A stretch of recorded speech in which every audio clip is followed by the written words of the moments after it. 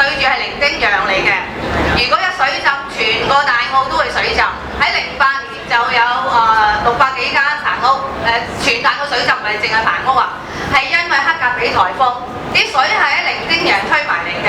而家嗰個一沖河堤只喺永安街嗰度好短㗎咋，我諗都係100零尺咁長度㗎咋。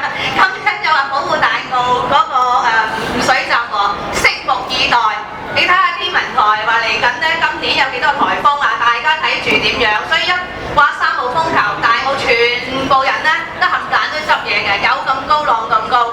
如果話整嗰個入口廣場填高咗之後呢，令到大澳唔水浸更加荒謬。你諗下啦，漁船停泊區嗰個海濱長廊咗2億8千萬啊！08年黑格比嗰時候都全部浸晒啊！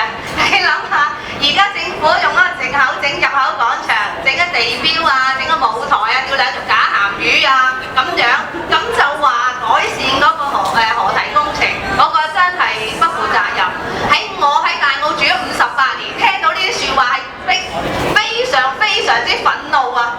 大澳社區冇設施，600幾間水上棚屋個排污系統，我哋同渠務部嗰啲工程啊傾咗10年啊，開咗 N 咁多次會，我叫佢去做啦。你威尼斯旅遊唔見得浮金喺個河涌嗰度嘅，你大澳旅遊呢就見得浮金河涌嗰度，點樣去改善環境呢？呢個係好重要。